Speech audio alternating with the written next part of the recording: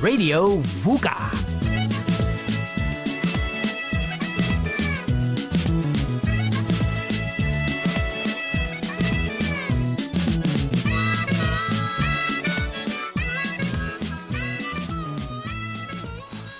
Delicious. What tea have you got there, Doc? Rooibos and Vuka. Sounds absolutely foul. It's excellent. Well, one thing's for sure. We're well out of the era of Mrs. Krieger if specialist teas are back on offer. That's for sure, and all thanks to our wonderful Mac and his deep pockets. And with our financial worries over for the time being, I'm hoping we can give more focus to our real interest, producing quality radio. Are you thinking of reviewing our programming, Doc? Not just programming, our whole setup. Denton and I have been discussing one of us making a tour of community stations all around the country to really examine what goes into making successful community radio. So when you say not just programming... Our main aim would be to see how they go about sourcing their funding. Right, got you. See how we can make sure we're not in another situation like the last few months. Precisely. And our second aim would be to see how other stations are meeting the needs of the community in terms of those famous 3 E's: entertainment, education, and... Enlightenment. And oh, how you do love those 3 E's, Doc. As do you, Denton. And the networking with other stations around the country is very important. It creates a support structure for sharing information about all sorts of things, and not just funding. Where to source cheap, reliable equipment, and developing more efficient operating systems. And then, of course, innovation in programming that really hook the listeners in and get them interacting with the content. And the two of you will conduct this grand tour together or run it as a tag team? Well, one of us has to man the helm here. True. At this stage, we're thinking Denton will be our touring researcher and networker. And ambassador for Radio Vuka. These other stations will learn from us too, I should think. Undoubtedly. Now, on the subject of travelling, Vukaites, Whitfield, you're off for another extended period of movie-making shortly, aren't you? That I am. Of course, Reuben will be able to cover between the lines, but with all the family stresses he's having at the moment, I am a bit concerned about leaving him unsupported. Well, something Denton and I have also been thinking about. And help of the best kind has come from an unlikely source. Oh, yes? We had a call from Pearl yesterday, and it seems she's going to be in Gauteng for an extended period that coincides with the filming dates. Pearl, that's wonderful news. Isn't it? We thought the listeners would find it wonderful news, too, to have their old beloved host of Pearls of Wisdom back on the air. They'll be thrilled. What a relief, because I must say I was feeling I was letting the side down, going off yet again to shoot a movie. Aaron, please, we have an understanding that your film career is also an important part of your working life, and your Radio Vuka commitments are flexible enough to accommodate that. Especially when former colleagues can slot in to fill the gaps so beautifully. Morning! Hello, Oh, good you morning. two. Good morning. Darling, Pearl's coming to fill in at the station while I'm away filming. Really? That's perfect. And how lovely to have Pearl back at Vuka for a while. Oh, my actual oath. Pearl's going to be in town. That's like the best news ever. I'll be sad to miss her. Well, you can't have your cake and eat it, Whitfield. Speaking of, nice coffee at Carla's, sweeties? Divine. And I've just been telling Vee all about the totally fab time I had with Jacob on Youth Day. It does look like you got a little too much sun in all that fabness. Oh, babe, I did. I thought I was being super vigilant with applying my factor 30, but I really should have kept my hat on a lot more. I'm paying for it now, big A time. really rookie, Melissa. I remember going on a TAC march in the early 2000s and forgetting about sunblock and a hat altogether. I got home to find myself with a peeling red lobster of a face. And thus was Denton's political activist career brought to an abrupt end. Oh, that was a complete lie, Whitfield, and you know it. Come on, Denton, you don't strike me as much of a political rally man. There are other ways of expressing one's commitment to political engagement. Anyway, whatever Dee did or didn't do in the past, this was my first rally in a democratic South Africa, and I totally loved it. Did you take your picnic hamper in the end, Melissa? No, I didn't. Baba Jacob convinced me to leave it behind and enjoy whatever food the vendors there had to offer. A good spirit of adventure, Mel. What did you sample? A bride millie, which I've never had in my life before. Oh, nonsense, Melissa. You've had about 1 million mealies in your life, and I have no doubt that some of them were bride. Not a pathetic little yellow sweet corn, Dee. I'm talking about a proper big white millie. Bride in its husk and everything. Now that is a different story. And? How was it? Oh, delicious.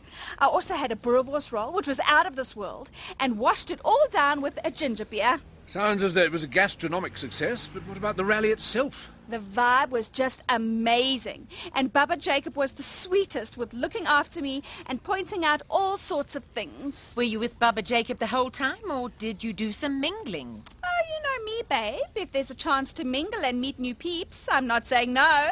And everyone was very friendly and chatty. Yes, you really feel the communal spirit at those events. Totally. All these strangers who were going out of their way to make me feel included. I'm getting the impression that you were the only person of paler hue there, Mel. No, Dee. There were quite a few other paler-hued people there. Ah. You should come along next time. You'd have a ball. Help you overcome the trauma of your TAC march of 10 years ago. It was just a bit of sunburn, Whitfield. I wouldn't exactly call it trauma. And what are you laughing at? The thought of you toy-toying. I could be a very able toy-toyer, should I choose to be. Hey! Dee, babe, I bet you could toy the socks off anyone if you put your mind to it. Don't tell me you toy-toyed yesterday, Mel. Unfortunately, my rhythm abilities as a first-timer weren't quite up to it, babe. But I did do lots and lots of dancing with Baba Jacob, who, to my total surprise, was amazingly sprightly.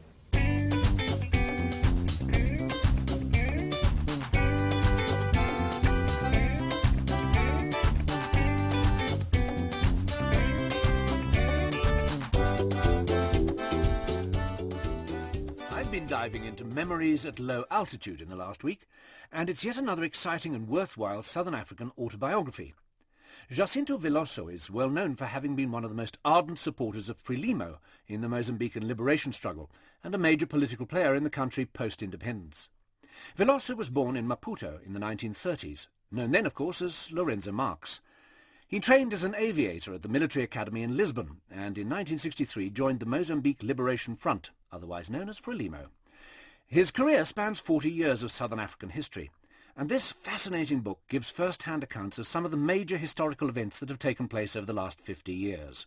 Veloso was instrumental in bringing about the Inkomati Accord, which ended South African and Cuban military occupation in Angola and resulted in Namibia's independence. He was one of the guiding hands in bringing Mozambique from a strictly socialist state to the more free-market approach it still adopts today. And perhaps most famously, he's known for his role in the Commission of Inquiry around the plane crash that led to Samora Machel's untimely death. Like Machel's wife, Graça, he believes the crash to have been engineered rather than an accident. We'll be back after this short break with more on Jacinto Veloso's new book and some background on the author's early life. And you're clear. Thanks.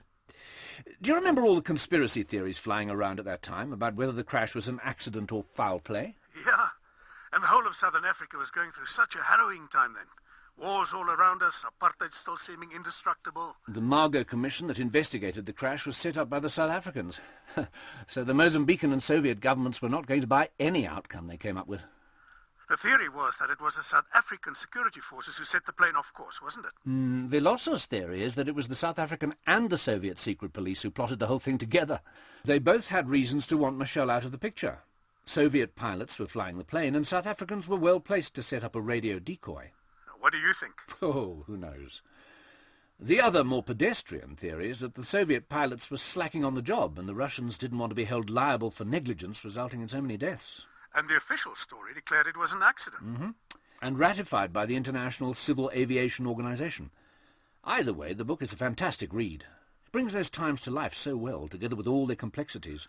A good read for history students. A good read for all students. The more first-hand accounts of our recent history by intelligent, insightful people, the better, I think. Hear, hear. And the richer our understanding of our context. Not to mention the richer our debates. Now, Baba Jacob, tell me, what's your opinion of Brayu Masikela? Oh, Brayu is my favorite. Many dark nights. Home is where the music is, has given me hope. Yeah, Brayu is all right. But me, I'm more a Jimmy Dudu man. Too flashy. Miriam Makeba. Yeah, she's a match for Brayu. For sure, Baba. I agree with you there. Oh, Don't treat me like I'm a country girl. Don't treat me like I'm a country girl. Oh, Because you're a country boy, eh, Baba? Aye, Shorty, that's right. I don't want to forget it. Aha, she did that amazing version of the click song. Ah, that's the one everyone knows. And no one can sing it like Mama Africa did. The reason I ask is because I read an article over the weekend about this new made-for-TV documentary about Brahu and his son, Salema Masikela, and it made me think of you. Ta-da! Hey, that sounds good. Yeah, I would like to see something like that. Well, you should be able to soon. It's just been launched at the Tribeca Film Festival in New York. It's all about the relationship between father and son over the 30-year period that Brahu was in exile, but told mostly from Salima's perspective. You know, being born in the shadow of a great and all. And what a huge shadow that is. You catch, eh? Huge Masikela. Yeah, sorry, we get it. Anyway, the film is called Alekesam, Masikela spelled backwards. And it's basically about how Salema rose to the occasion of being in his father's shadow and didn't struggle with it. The huge shadow. Yeah, Shorty, hilarious. We caught it the first time. Baba, this son of yours, he's a big joker. Yeah, and he has always been. Hey, Owen! Hey, evening, Sabrant. Have any of you seen that pathetic, useless excuse for a brother-in-law of mine? I will. If anyone's pathetic at the moment, it's definitely not Ruben, my bra. Hey, are you looking for trouble with me, my China? No, I'm not looking for any trouble. Okay. I just think maybe you must be careful about who you call pathetic and useless. Because right now, Ruben is going out on a very long branch for you, my bra. Shorty, don't cause trouble now. If anyone's causing trouble, it's the Rhino guy, I say. Is this the Mugu who's mixed up all in the rhino business? Hey, who you calling a mugu? Listen here. If you have anything to do with the rhino kidding, you better get out of here fast! Fast! Hey, relax, old man. I'm not looking to make trouble of that toppy, okay? Take it easy, Baba Jacob. We don't want to make a scene, okay? Sabrant is just a little bit stressed out at the moment, aren't you, Sabrant? I don't care how stressed he is. If he's friends with that skeleton I saw in the newspaper, he's a fool and mustn't show his face around here. Hey, now just hold on a minute. Potter, vamos, get out of here right now.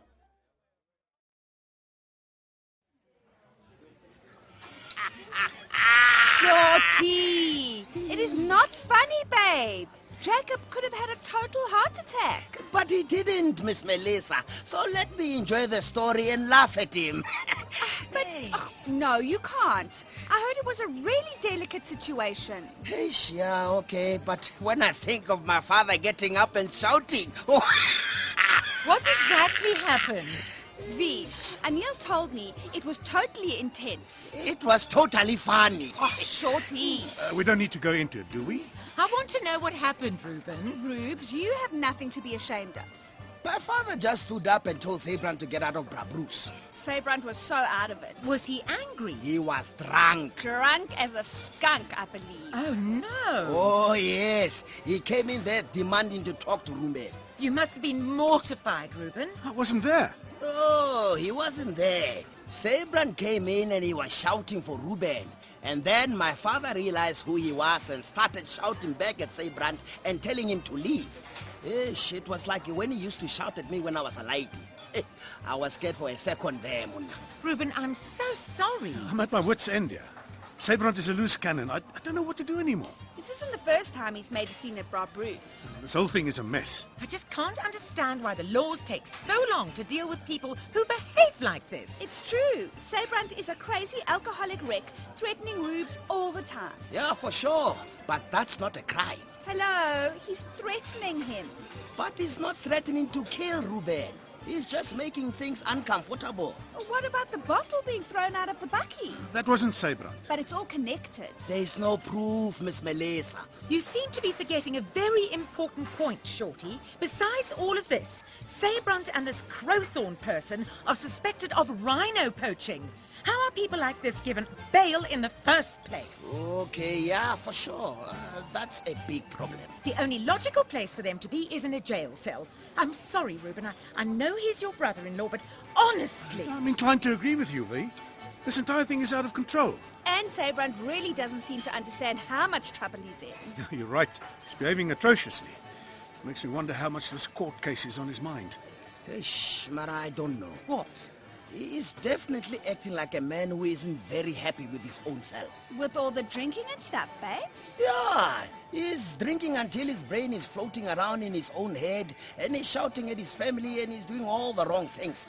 That seems like someone whose chi is all out of balance, Miss Melissa. Oh, you're so totally right, Shorts. I know he's struggling, but he won't let me help him. I don't know what to do anymore. Hello, gorgeous people. Hello, morning. Ta-da, my China. Babe, you are like a breath of fresh air. I haven't even said anything yet, darling Oh, kid. it's just your vibe, babe. She's right. Things here at Carla's are a little depressing right now. You light up the room, Munna. Stop it. You do? What's the goss? Who needs a bit of sunshine in their life? That would be me. Oh, shame, Rubes. I've heard you're not having the best time. I really hope things come right sooner rather than later. What would help me the most is if we stopped talking about my troubles for a little while. Of course. Often if you just leave a problem and then come back to it a few days later, you have a whole new perspective on things. Hey, Waity, have you started learning Canadese yet? I heard it's a hard language. Am I supposed to laugh at that, Shorty? But isn't that the language Canadians speak? Canadese. Stop it, Shorts. What? Stop teasing Jean-Pierre. He's under insane amounts of stress right now. What with the packing and preparing and shopping for stun winter clothes. Summer, Mel. Canada's in the northern hemisphere. Yeah, except their summers are like our winters. Surely you'll have to learn French, though. Not in Toronto, darling key. If I was going to Montreal, it would be different, but I'm not. I'm getting nervous for you. It's so far away. Okay. I actually can't go there right now. It's too emo for me. Mel, babe, I need Silas to try something on for me. So, please ask him to pop into the warehouse in the next couple of days. Sure, I'll tell him. Innocence. Innie. Oh, hello, everybody. Has Vusi left for the academy yet? Yes, he has. Oh, sorry, babe. I think Ruben is more upset than me, actually. He's a fantastic sponsor. But Vos introduced Ruben to another person in the AA, and he'll be his new sponsor. That's grand, Munna. Hey, you're very brave, Exe. Thanks, Shorty. I just need to stay disciplined. And Vusi has been a great help. It's great, brah. Can you feel the smooth ride, brah? I still can't believe he's got such a cool set of wheels after the accident. It's really something, Quint. Well, at least something good came out of it. It must have been really hectic, the accident. Yes, like Silas, brah. I was lying there in the taxi, and there was just dust and glass all over the place. And I could hear the other passengers moaning. I thought it was the end of my life. Were you in pain, bruh? I couldn't feel any pain, nux, but I convinced myself that I was bleeding to death. And I also thought I had 2 or 3 fatally injured passengers behind me. You must have been totally freaked. I was. But then it turned out that all of us were pretty much okay. It was actually a miracle, bruh. Yeah, it could have ended really badly. And I've never had thought that in my wildest dreams that in a couple of weeks I'd have a brand spanking new taxi. Yeah. Quint, I was thinking. What's up? This new taxi thing, I don't think you should go on about it too much in front of Shorty. For real, bro? Yeah, I just think it would be kind of, like boasting. And I hear you. But why do you think it's you going on this little spin now and not Shorty, huh? Hey, Ruben, can I chat to you for a second? Sure, Gift. What's up?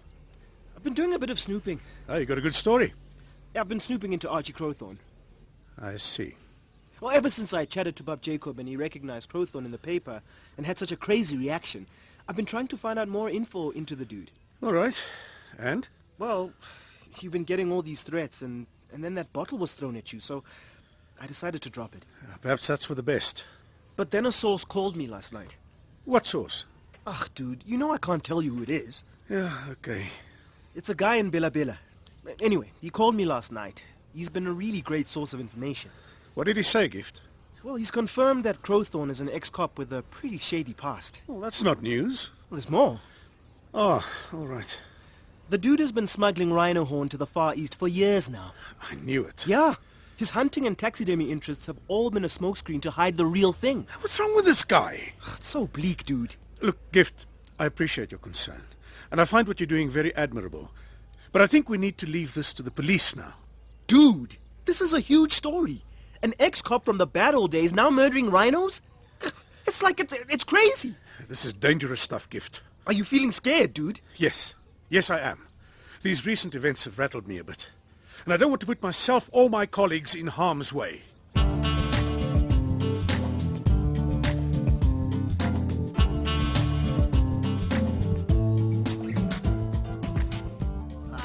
No, Quentin. What is the point of that now? Yeah, dude. Why on earth would you take a taxi ride to Brabru's instead of sailing up to the door in your very own new set of wheels? I didn't want to make a big thing of it, man. But we wanted to see it, dude. I really don't understand. Aren't you proud of it?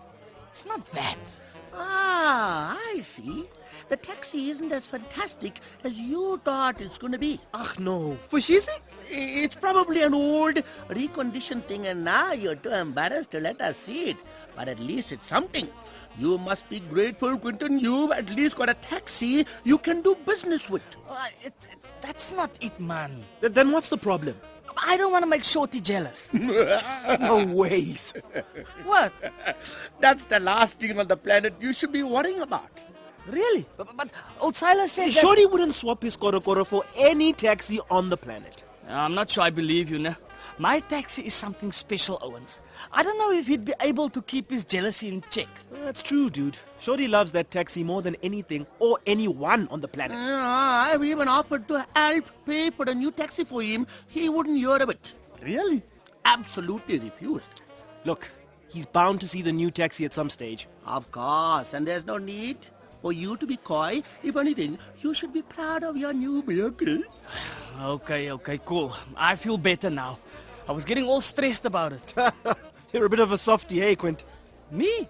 No ways, bruh. Hey, Gifty, I think you're onto something there. Come on, Owens, man. I just don't want to upset a brother. Oh, sweet man. Gift. Chill, bruh. Hey, tada, my gent. Hey. Hey, Shorty and Silas. Go, sit down. Guess who we bumped into? Mombasa. Fashizi? Yeah, he says hi. Why haven't we seen our foreign friend in such a long time? Yeah, Silas and me were wondering the very same thing the other day. Is everything all right there? Shh, not so much. What's going on?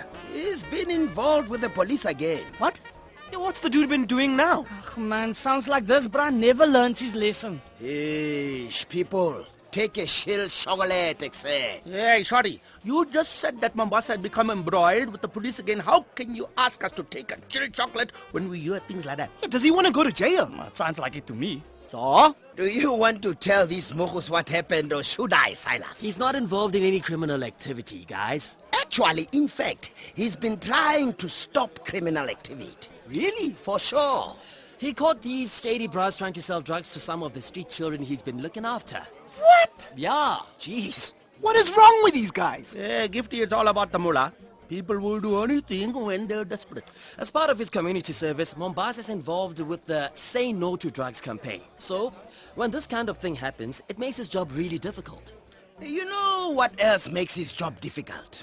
What? When his friends here at Brabru's think he is doing something illegal. Come on, Shari. The dude has done some pretty bad things in the past. Yeah, Mara, he's changed, Munna. He's trying really hard. I mean, he's doing good things for these kids. Oh, I'm sure he is. But he also has to understand that he's done some highly questionable things. It takes a long time for people to prove that they're on the right track. Yeah, well, I'm going to help him. What you gonna do, dude?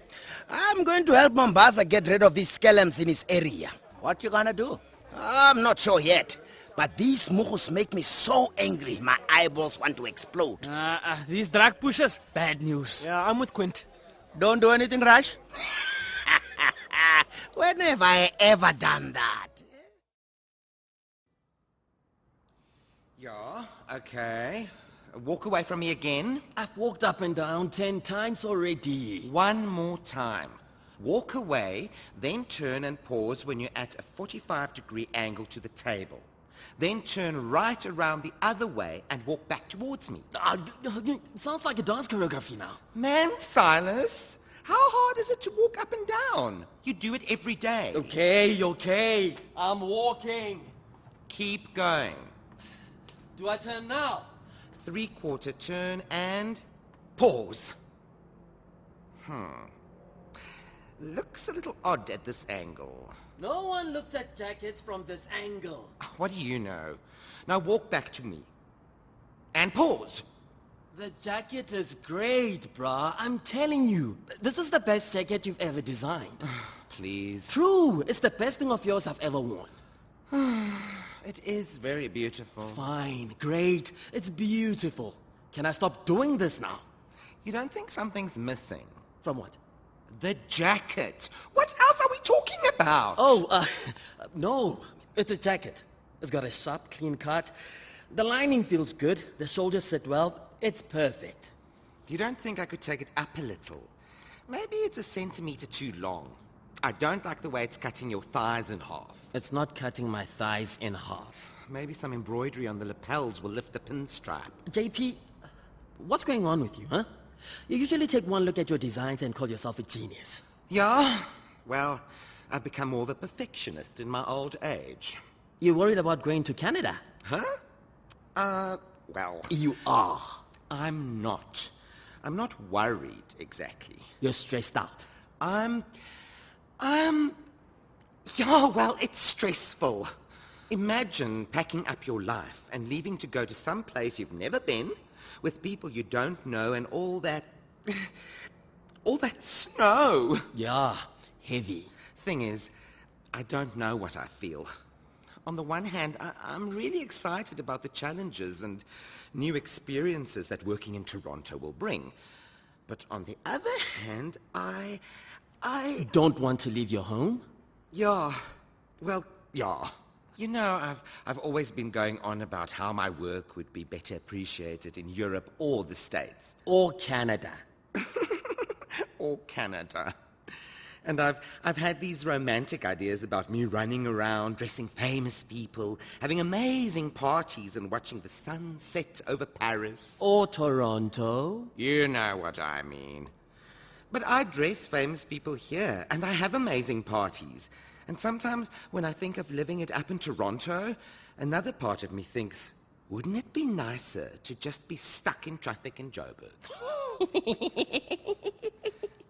Isn't that the most pathetic thing you have ever heard? Oh, no. Not at all. But all you have to do is just make a plan to keep your fashion operation in South Africa going. That way, you'll always be able to come back. It's not that simple. I need money to get started in Toronto. I've even got to sell this warehouse. Well, if it's something you think you should do, then do it. Sure, you'll miss South Africa. And all my friends. Yeah, but if you slum it for a bit in Canada, soon you'll be a huge success and able to afford massive warehouses everywhere. Then you can fly on down for some fresh Mzansi designs and a dose of Joburg traffic. You make it sound so easy. Yeah, I do, eh? I don't know if you should listen to me. I'm just saying things. What would you do if you were me? Well, JP, man, I'm not you. And it's quite hard for me to imagine being you, and... Try? I can't. Come on, Si. Sam and Mel only tell me what I want to hear, or what they think they should tell me. I want an honest opinion. Do you think I'm making the right decision? Brah, I can't say what's right and what's wrong for you. Okay. If you had the chance to move to another country and pursue your career, would you do it?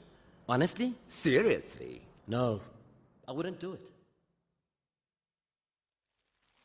Okay, here's one.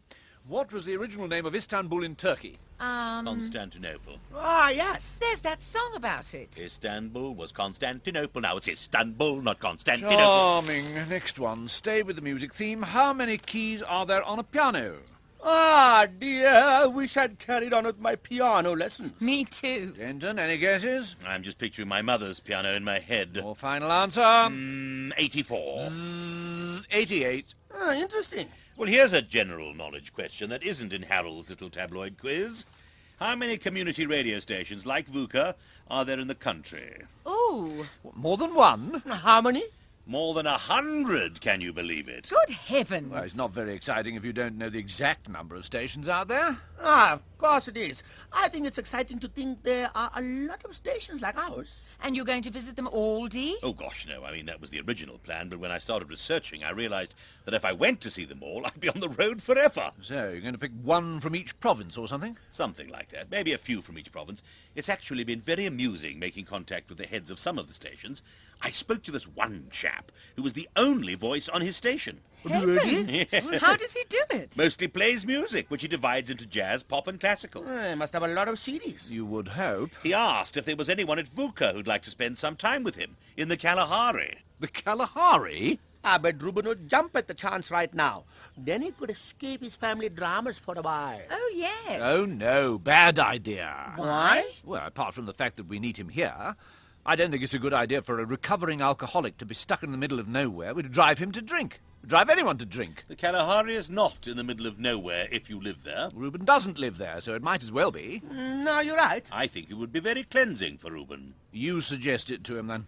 I might. How would you phrase it, I wonder? Oh, hello, Reuben, old chum. This just in. The desert needs you. Please report to the Kalahari ASAP. Yes, Harold, I'd phrase it just like that. But seriously, it could actually be a good idea. I don't mean sending Reuben to the Kalahari. I mean researching these far-flung community stations and seeing if they need assistance.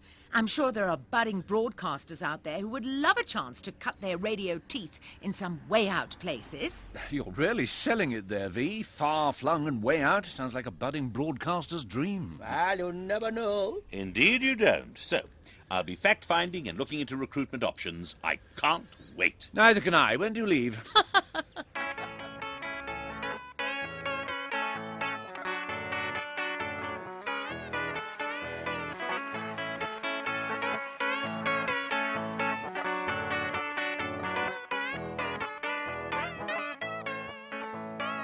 Current affairs today. Now, an issue that's been concerning me for some time is the issue of clean, drinkable water. I'm sure you know that communities in Gauteng and elsewhere have been having problems with contaminated water. How the problem is going to be dealt with in the future, locally and internationally, is something I've been wondering about. My research has led me to the system of desalination, which turns seawater into drinkable water. Well, desalination can be done using two techniques, actually. Reverse osmosis and electrodialysis. Now, a week ago, I had no idea what those techniques involved, but I think I've got a basic handle on them now. So join me after the break for a dummy's guide to seawater desalination. Stay with Vuka. You're clear. Thanks. So, taking the salt out of the sea. Seawater, not the whole sea. Yeah. And then you get a whole lot of salt as a byproduct, I guess. Mm-hmm. Useful. Sad, though. Desalination? Yeah. No, I mean the fact that we have all this water in the world and we're poisoning it, so we have to use seawater. If we looked after the water we have, we wouldn't need to harvest the sea or whatever. I agree, but there's so many people in the world and so much water is polluted that desalination processes are a necessary step. Do you know what percentage of the water on the globe is drinkable, by the way? 50%? Lower, much lower. 10%? Less than 0.5%. What? 98% of water on Earth is oceanic salt water, and 1.5% is locked up in the ice caps and glaciers. No way. That's insane. Yeah, we need to start desalinating one time. How many taxi drivers do you think are like me? What do you mean? Like me. Like being a taxi driver like I am. So what's if no one's like you, bro? Ah, for sure. I'm unique in looks and personality. But I'm saying I don't think there's any taxi drivers who do what I do. Most of them are just taxiing brass up and down. What do? I do everything. And most of the time, instead of making money taking people around, I'm on a special mission. looking for people, chasing people, saving lives. Like now, here I am on a special mission. I wouldn't call looking for Mombasa a special mission. I would. Anything to do with Mombasa will turn out to be some kind of dangerous happening. Not this time. Oh, you don't know that yet. You are too negative about Mombasa, brah. We've talked about this before. I'm not negative. I'm just watchful. Not watchful about him. I'm watchful about the things that happen to him and end up happening to me. Well, here we are. This is his place? Mm-hmm. He moved here a couple of months ago. I visited a few times. Hey? Aye, man. Better you than me. What are you saying? You know what I'm saying. This place is... yeah, man, not so great. Dangerous? Dodgy. Yo. Oh, I thought I was the one who was negative about Mombasa. You said you were watchful. And we better be watchful around here. Tables have turned, me brah. Maybe you should leave the engine running, brah. Don't be stupid, Muna. It's fine. Do you see anyone waiting to get us? No, but they could be hiding. What is Mombasa doing living here anyway? You seen any cash falling off trees in his direction? I mean... not everyone can afford to drive a 4x4 and live... Yes, Shorty, please. Let's leave my 4x4 out of this, okay? Okay. You're getting out. Are you? He lives in that ground floor flat over there. Okay, so? Go find him. You've been here before. Doesn't look like his home. It looks dark and creepy and like a place you'd do a drug dealing. Silas, prejudice. Come on, Shorty. It does. The whole block does. Doesn't mean anything. So, you're going to find him? Let me give him a call first. Okay. Shorty, don't know why you didn't do that in the first place. Yeah, well, a man can't think of everything. Look. There's a rat crawling out of that window. Oh, man. 2 rats. Maybe a rat family lives there and they can't reach the door handle, so they have to use the window. Man, I couldn't live here. I spent the whole time waiting for someone to jump out of the shadows or a rat to... Hey, shh. What is it? No answer? It was that stupid Muhu. Who? The Muhu that tells you this number no longer exists, man. I just can't believe I was so stupid. Don't be so hard on yourself, Quint Bay. I have to be hard on myself, Mel, so that this never happens again. Hun, just breathe. Yeah, let's all calm down. Now, how fast were you actually going? 75 in a 60k zone. That's not so bad. Speeding is speeding, Melissa. It just didn't feel like I was going that fast. 75 isn't that fast. They do it to catch you out. They make the speed limit 60 because they know it's just so totally impossibly slow, and they know you're going to try and push it a bit, and when you do, bam, they nab you. The speed limit is the speed limit, people. Yeah, but I just don't know if the speed cop was right. Maybe they were having me on. Seriously, hun, it was not your fault. Whose fault was it then? Hello, Silas. Didn't you hear what I've just said? It's their fault. They try and catch you out. And it's also the taxi's fault. Quinton isn't used to it yet and went over the speed limit because the ride is so smooth. Dice it. Oh, what hogwash. You were speeding, Quinton. Pure and simple. Dee, don't be so hardcore. Well, it's true, Mel. What happened here is completely understandable. Like, for example, I met this total and utter hunk of a guy. Describe him. Tall, dark hair, blue eyes, totally ripped, and wore chinos and smart shirts. He had this lock of hair that fell across his eyes. Like Johnny Depp. 21 Jump Street Johnny Depp or the tourist Johnny Depp? 21 Jump Street. Yes, exactly like that. Oh, divine. Tell us what happened, Melissa. So, we dated for a little while, and he had this insanely beautiful sports car. And this one time, he let me drive it. The ride was so silky smooth. I found myself going way over the speed limit before I even knew what was happening. You didn't hit the accelerator because of the speed of the car, darling. You hit the accelerator because of the revs in your heart. I never thought about it that way. Maybe you're right, Dee. This guy was a total hottie. Anyway, Quinton, it sounds to me like you're simply getting carried away with your new taxi. I suggest you just keep a closer eye on the instruments. Whatever the reason, I can't let this happen again.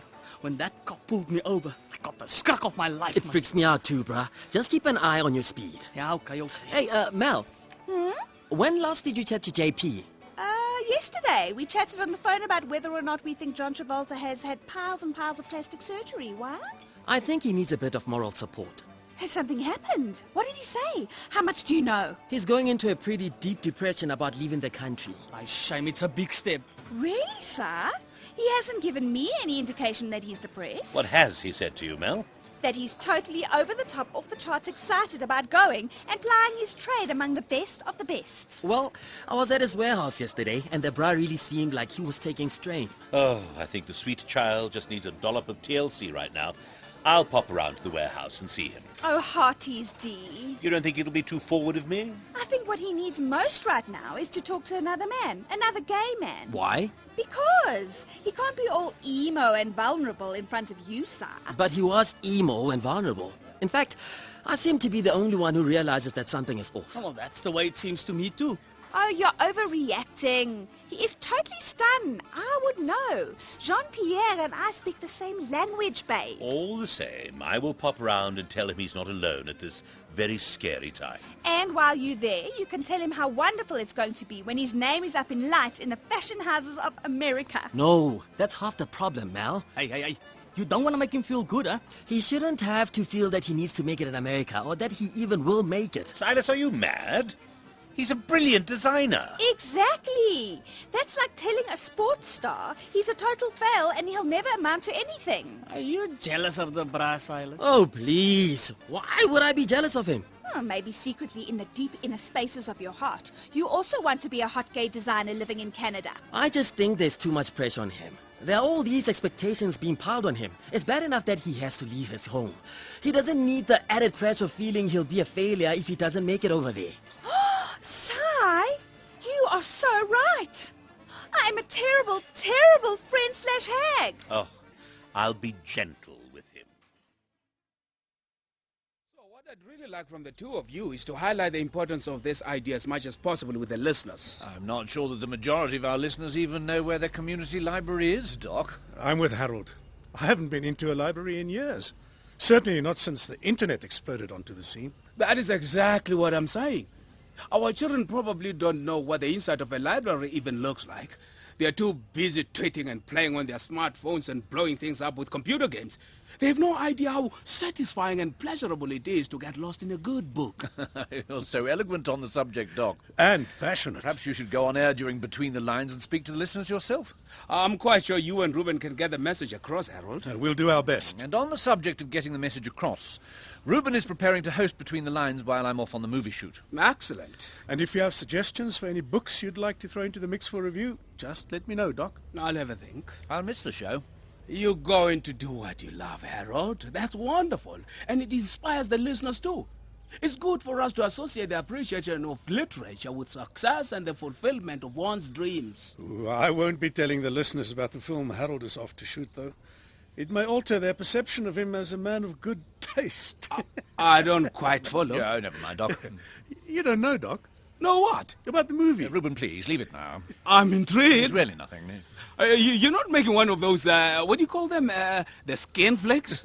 Pornography? Of course not, Doc. Goodness me. No, the title of the film Harold's going to be making is... honestly. Werewolf in the Winelands. Oh. Whatever you do, don't tell Denton. You'll never hear the end of it. And the worst part of all is that I'm the actor playing the bally werewolf. I just found out a day or so ago. Why have you received this information at such late stage, Harold? Well, up until now, the film has been known as the Winelands Project. The American actor who was meant to play the werewolf dropped out at the last minute. So Bob Schreckenberg asked Harold to play the title role. Well, naturally.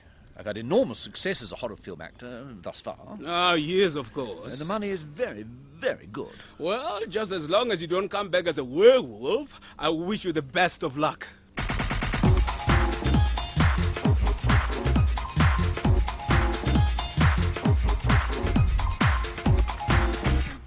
Of my own child, I've obviously really connected with this subject more and more over the last little while. I totally get that, V. It's so important that we keep talking about child abuse and do everything we can to eradicate it from society. Do you really think it will ever end, though? I have to believe it will. The alternative is too terrifying. I hear you, dude. I'm going to talk today on V's advice about the measures we need to take to stop it. What are the kinds of things you're thinking of? I saw a group of protesters recently who were carrying placards that said, "No excuse for child abuse." Yeah, protests can be powerful. But, is that enough? What we really need to do is create awareness about the problem in all communities. Like education drives and stuff. Yes, that type of thing. And that would cost a lot of money. And it would need mega manpower. Of course it would, Gift, but we owe it to our children. There's been a spate of crimes against young people recently, and we need to highlight it. Put a spotlight on it. Exactly. These children are being victimized, and they're too young to fight for themselves. Someone has to speak out for them. I agree with you, V. Good. I've read quite a bit about this stuff, and sometimes it just seems too big to tackle, you know? I know. It's very scary. A lot of people who abuse children were abused themselves as children. Either that, or they're hurting so much as adults that they lash out at the most vulnerable in society. That's no excuse. I'm not saying it is. It just makes the whole thing so murky and tricky, you know? Whatever the reasons, it has to stop, Gift. Fellas, please don't concern yourselves about this too much. Yeesh! How can you say that, Mr. Watwa? Yeah, the bride's gone, Mr. Watakananda. Shorty, sailors, calm down. Mombasa goes walkabout all the time. What makes you think this situation is only different? Yeah, okay, I'm hearing you. I am picking up what you are putting down. But it feels different this time. Why? Because this time, when I called this cell phone, the voice on the other side said, "This number no longer exists." There is something very shady going on here, my Chinas. I guess it was only a few days ago that Mombasa told us about the drug pushers trying to get the street kids hooked. Hey, what are you implying, sailors? Mombasa has done his level best to warn those youngsters about the dangers of drugs, hasn't he? Yeah, but those guys are dangerous.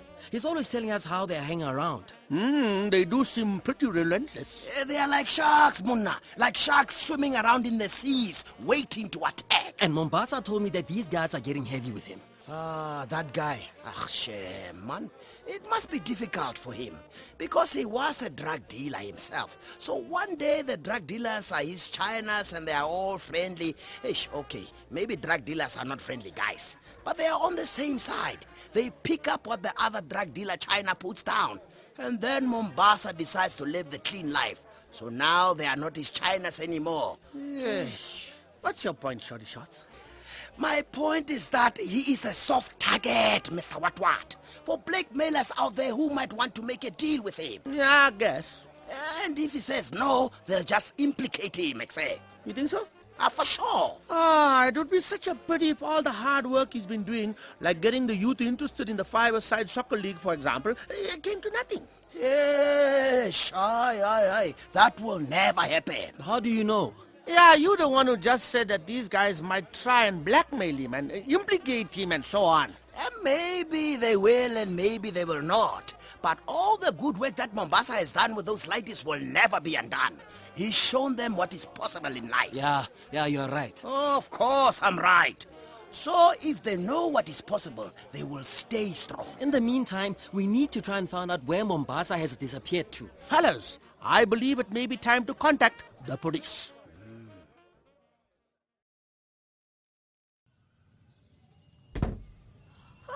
This is a surprise? Sorry, is it a bit early? No. I was about to leave for the station. Well, I was on the way there myself, and I remembered the vegetables. Do you need some more to be delivered to Carlos today? I think we are fine for now. Would you like some coffee? Just that, thanks. Because it's no problem. We can pop over to my place and pick some up on the way to work. No, we've definitely got enough for the next day or two. But I'll check the stock today. We'll probably need some more beetroot and... where's my bag gone? Right here. Oh, yes. Well, you don't have to rush. I'll give you a lift. Hey, how's the new beetroot pie doing? Well, I was a bit worried in the beginning because no one was ordering it. But then a whole group of people ordered it a few days ago and were a spread. The best beetroot pie in the province, eh? Sort of. It's your beetroot that makes it. It's your beetroot reduction that makes it. No, but really. Ruben, everyone's been saying how wonderful your veggies are. Soon you'll have to supply all the restaurants in the area. Oh, I wish my father could have heard you say that. He always wanted me to be a farmer. Looks like his wish has come true. A broadcasting farmer. A farming broadcaster. Yeah, that sounds better. Hey, who did that? What? That painting. I've never seen it before. It's very striking. Oh, yes? You like it? Very much. Who's the artist? Guess? No idea. Ubongi. Your Bongi? She painted it in class. Oh, I liked it so much I had it framed. Oh, but that's amazing. She's a genius. She's very good at painting. Very good? That picture's extraordinary. I mean, she's just a kid. Oh, she's going to be a famous artist when she grows up. Oh, maybe. But the other day she said she wanted to be a hairdresser. Well, she can do that as well. She can do whatever she wants. And at the moment, all she has to do is go to school and play. Yeah, no, sure. Vuka called me last night. He wanted to know how you're getting on with your new sponsor. Did he? Oh, sweet. Yeah, Lionel's a good guy, but he could never replace Vuzi. Ay, Bo. I didn't know it was Praise Innocence's Children's Day. No, didn't you? Well, it is. You better diarise it for next year. I will. Your family are just so much easier to praise than mine. How's things with Seybrand? Well, he's making himself scarce at the moment, so that's a relief for me. And my sister's gone down to the south coast to stay with an old school friend, so I don't have to worry about her well-being for a while. But aren't you and Ronel worried about Seybrand? Alone in an empty house? I'm trying not to be. Actually, no, I'm not worried. His life is his business, and what he gets up to between now and his court case is of no concern to me. To be quite honest, as long as Ronel and I don't have to put up with his nonsense, I'm happy.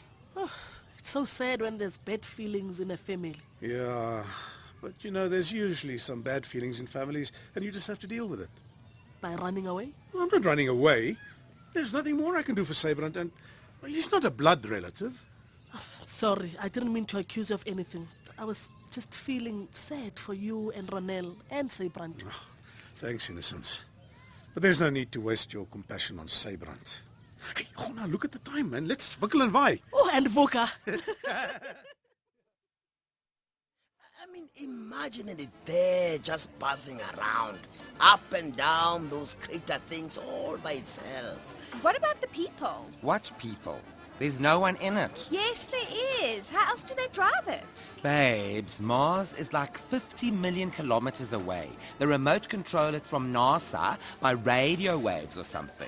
Yeah, shame. That Skorokoro must be lonely. The only being from Earth on this funny red... I wouldn't call it a being, exactly. It's, What on earth are you all talking about? The Mars rover. The what? You know that rover? The little robot buggy that's driving all over Mars looking for environments that are... Oh, yes. Apparently it's solar-powered.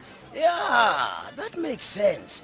Because there's no trees on Mars. So the Skorokoro can always be in the sunshine and get the reflector suntanned quick, one time. Shorty, it's not a Skorokoro. It's a robot vehicle thing. I can call it what I like. Oh, all right. But this rover's not looking for beings, hey? Nah, it's looking for the remains of environments that could have been habitable. What's the point of that? To find out if there was once life on Mars. 'Cause there's no life there now. Except for one lonely Skorokoro. So they found out that there was life on Mars, and then what? Do they find out where it went? It came to Carla's. Denton is evidence. I often feel like I am from another planet. Although I have to say, the person talking about a lonely taxi on Mars is the most likely Martian candidate. A Martian candidate. That's me, I should be driving that rover. I could be a Mars driver, no problem. I could even take my own taxi up there and do a better job than this $100 million jammy. Jammy? I wonder how long a night is on Mars. Dunno, but the nightlife must be a total fail. My nightlife on Earth is a total fail. Shame, Dee. We need to take you out. To Mars, hey? Yeah, hey? I mean, if I was there, if I was up there in my Skorokoro, it would become the most famous taxi on the planet and make Quick Sticks' taxi look like a fancy piece of tin. Which it is, Oh, so you are jealous of Quint's new wheels? Oh, never. My baby is still the best taxi around. I wouldn't even swap it for a solar-powered Mars rover.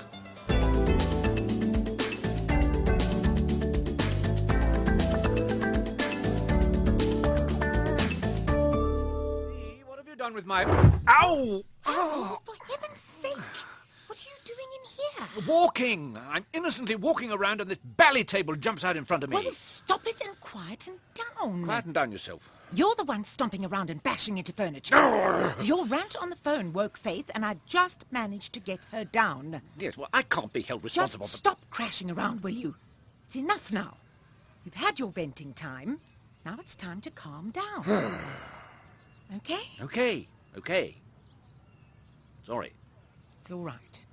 I didn't mean to wake the baby, but it's this bally art director on Werewolf in the Winelands. The man's totally unreasonable. Art director? I thought you were talking to your agent. No. It's about costume and makeup. Obviously, I knew I had to metamorphose into werewolf in the movie, but I assumed there'd be some sort of CGI effects. Now I hear I have to undergo a 6.5-hour makeup session before each shoot, and presumably several hours to get it all off again afterwards. Well, honestly, darling, what else did you expect? Computer-generated imagery, CGI, just like I said. Even when you use that computer thing, you still need makeup, don't you? I don't think it's possible to CGI your whole face. I did it with Gollum. Yes, well, that was a big-budget film. This one isn't. I'm sure the technology's got better and cheaper since then. It won't be too bad. It'll be hideous if the shoot starts. A little softer, please, love. I don't want Faith to wake up again. If we start shooting at, say, 8 every day, I'll have to be in makeup from 2 in the morning. I'm sure they'll shoot your scenes later in the day. I'm too old for this sort of nonsense. In fact, I've never been young enough for this sort of nonsense. Have you seen the shooting schedule yet? No, but... Then you can only worry about your makeup calls when you get them. Well, you've obviously forgotten about the rash of '84. The what? Remember when I was playing Edgar in that touring Lear production? The glue I used to stick on my fake beard gave me hives. It wasn't hives, it was dermatitis. Oh, who cares? At the end of the day, I'm allergic to facial glue. It was a specific ingredient, Harold. You can make sure they use a glue that doesn't give you a rash. It's easy for you to say. Well, it's true. I'm going to be an insomniac, underpaid, rash-covered werewolf for months on end, and you don't even care. Why are you laughing? Because, darling, it's too funny. You accepted a role to play a werewolf, and you didn't even think about the hair. Until now. You think I'm being unreasonable, don't you? Well, I don't. I should have CGI. I demand CGI! I don't think you'll get it. Just like those disgusting movie people. I'm not. Come, let me make you some tea. It's a job, darling. You're making money. Just think about the money. There's not enough money in the world to compensate me for being hairy and rash. You won't be rash. You don't know that. I'll make some tea. I don't want tea. I want computer-generated images stuck on my face. Charms. Huh?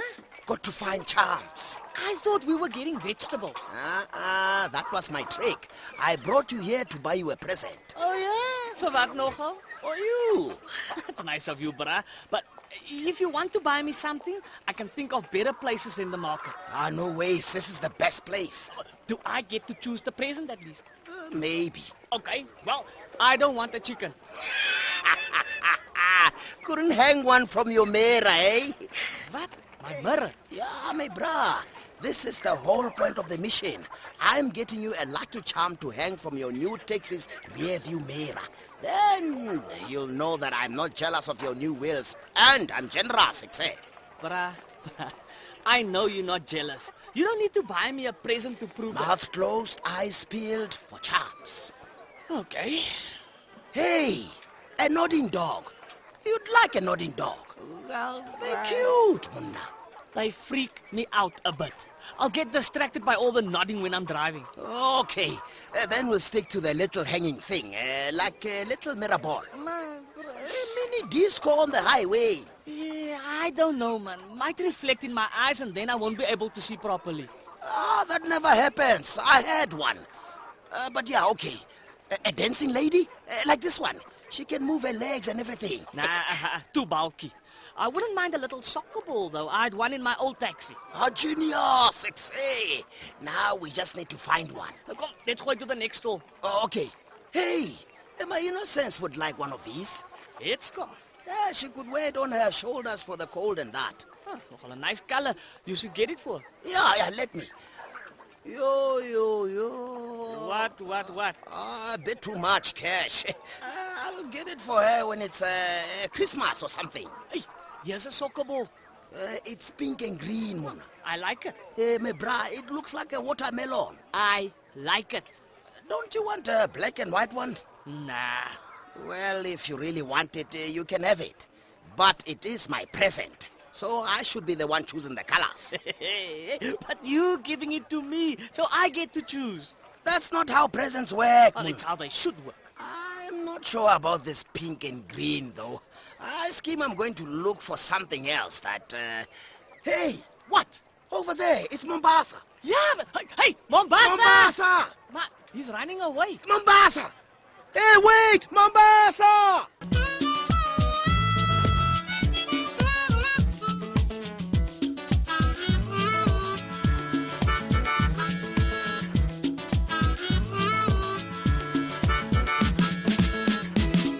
That was another episode of Radio Vuka, with Samson Khumalo as Doc, Michael Richard as Denton, Molefi Monaisa as Shorty, Graham Hopkins as Harold, Louise St. Clair as Veronica, and Dr. Khasu Nkatlo as Innocence. Melissa is played by Shelley Meskin, Anil by Huey Lowe, Gift by Mpo Osei Tutu, Silas by Runtebeng Makapan, and Ruben by Richard van der Westhuizen. Technical production is by Karen Gravett, Neria Makwena, and Mbabi Machiba. Head writer is Paul Slabolepsy, with script editing and direction by Bruce Miller. And you can get all the latest lowdown on the show by visiting the Radio Vuka page on Facebook.